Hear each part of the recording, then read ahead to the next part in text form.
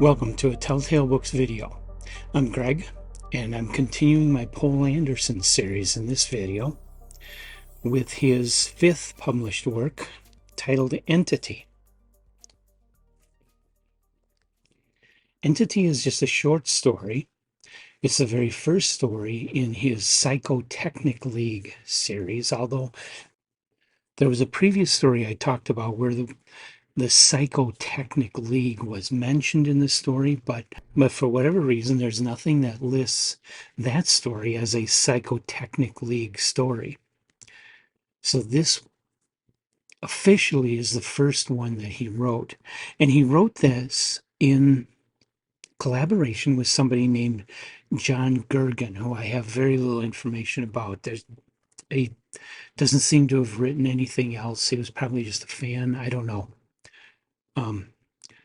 But the short story was published in, of course, Astounding Science Fiction for June of 1949, which I have a copy of right here. I have the luck of having gotten a very, very nice, almost fine copy of this issue. And the cover art is nothing to do with the Poul Anderson story, but it's by Chesley Bonestell. And the story on page 58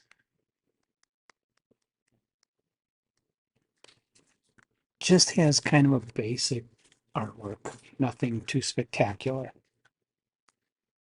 I think there's another one. This one's a little more dramatic. I think I'm going to use that for my thumbnail. I like that illustration a lot better. So that's the issue that this appeared in, and that's the only source I have for that story, aside from being able to find it in a PDF online. The story has been, this particular story has been collected. There are a number of different volumes, editions of Psychotechnic League collections that have been published through the years. None of them currently in print, but I think Bain Books published a Psychotechnic League book as recently as 2010 or something like that. I may be wrong, but I do believe it has been in print within the last 15 years. So, it's not that far out of date, not that far out of print. And the story is actually very readable by today's standards also. What you won't get in this story is a really good definition of what the Psychotechnic League really is. Okay, it's based on what you're going to read in this story, remembering that this is supposedly the very first Psychotechnic League story. They refer to the Psychotechnic League. You only get a little bit of reference to the idea of a group that studies the psychology surrounding technical advancement. But they do a lot more. Like they mounted this whole exhibition to this faraway planet where the crew of the exhibition, they land on the planet and they find this object. It's sitting on top of a cement pedestal. It's this perfect sphere, but it's perfectly black. You can't even see any kind of highlights or anything defining the volume of it. They only know it's a sphere because they can walk around it. But it just looks like a completely empty circle from all angles. And so the first thing they do is they try to shine a flashlight at it, and the flashlight goes dead. The flashlight doesn't illuminate it at all, but the flashlight goes dead. It had all the energy sucked out of it. They quickly figure out that this sphere is absorbing all wavelengths of energy, all forms of radiation directed at it. It's absorbing it. So they want to move it to their spaceship and study it further and find out Why? So what you have here is a scientific mystery story. And it's an interesting one. It's a science fictional scientific mystery, um, which it does illuminate some of the realities of science with radiation and wavelengths and the concept of entropy. But the science behind the explanation of this thing is entirely fictional. It's not real science. It's made up because this object completely defies the laws of entropy. And to the best of our knowledge, couldn't happen without unless it's a black hole. And the fact that they can stand near it and walk around it, it's clearly not a black hole. But otherwise, it sounds a lot like it is a black hole. the uh, the immediate remarkable thing I noticed about this story is that the crew on the ship, while it is, I believe it is all male, it's a truly international crew. I mean, you've got crew members that are from Africa, crew members from Asia, crew members from Russia, Europe, America, the whole world. The whole planet is represented in this crew. The whole planet of Earth is represented in this crew, which this is the earliest instance that I am aware of anything like this. I mean, obviously, Star Trek comes to mind, and that's probably the first thing people think of when they think about an international crew. That of course, made it famous, with Chekhov and Sulu and um, Uhura. She's African, you know, but Star Trek wasn't the first. Poul Anderson beat them to it. Poul Anderson and John Gurgen beat them to it and wrote a story of a truly international crew here, which is really cool. One of the most remarkable things about this story. Besides that, the story really is a typical scientific mystery story. A bunch of technical people faced with some kind of mysterious scientific situation that they don't understand, and they have to try and figure out about this thing, what's really going on here.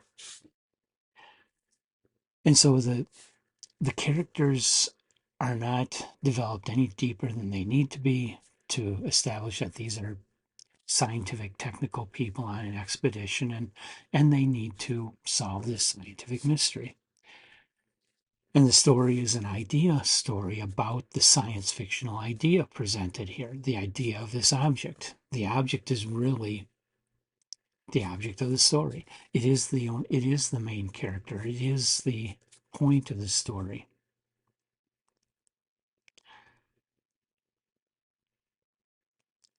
So this is a kind of story that appeals to people who love science and love a mystery, because you got both of that going on. Beyond that, if you're looking for a character story, look somewhere else. If you're looking for an adventure story, look somewhere else. If you're looking for romance, look somewhere else. None of that is here. None of the other things that people look for in their fiction today is in this story. All you have is a scientific mystery and this science fictional idea. But it's a good one. And the story is well crafted, well done. It's a very nice little science fiction story. Not given this top tail status, I don't think it's that great. I think it's reminiscent of the sorts of things that people like Isaac Asimov or A.E. Van Vogt had already done better than Poul Anderson did in this story. This kind of scientific mystery calls to mind any of the early robot stories that were collected into iRobot, but were published in like 1940, 41, 42, well before this story was published. It also calls to mind some of the early stories of Van Vogt, um, like all the stories that were published in the early 40s that Van Vogt collected into the Voyage of the Space Beagle. They're running into a variety of alien creatures, and they have to figure out what makes these creatures tick in order to deal with them. There's a little bit more danger to the alien creatures than what you have in the story Entity, but you still basically have that science fictional mystery going on in Van Vogt's stories. So this is just following along in the tradition of what Campbell had been establishing in Astounding Stories starting in 1939. But it is a good example of that kind of story. This is a good example of the type of thought variant science fiction story that Campbell wanted during the early golden age of magazine science fiction. So I would recommend it to anybody that loves golden age science fiction. It's a decent story. It's not going to blow your socks off, but it's got some interesting ideas here. And I think there's things here that today could be taken a lot further because of what we know about radiation and singularities and such. I think this story could provide the foundation for a modern story that is far cooler and goes a lot further than Entity does.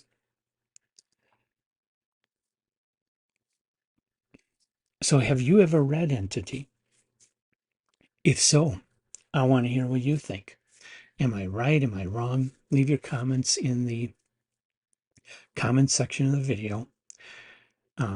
Confine your comments to Entity or the Psychotechnic League or early Poul Anderson or Golden Age science fiction, things of that nature. On topic. Don't go talking about the fact that my voice is a little off tonight, because I'm just going to delete and block when I get those kinds of comments. It's not necessary. And otherwise, hit the like button, hit the subscribe button. Come on back. I got lots more Poul Anderson to go. Even just with the Psychotechnic League. It's a lot more to go. The next Poul Anderson story is called The Double-Dyed Villains. That's part of a series called Wang-a-Lac. I'm not familiar with that. It was also an Astounding Stories story. So come on back for that and all the other stories and authors we talk about here on Telltale Books.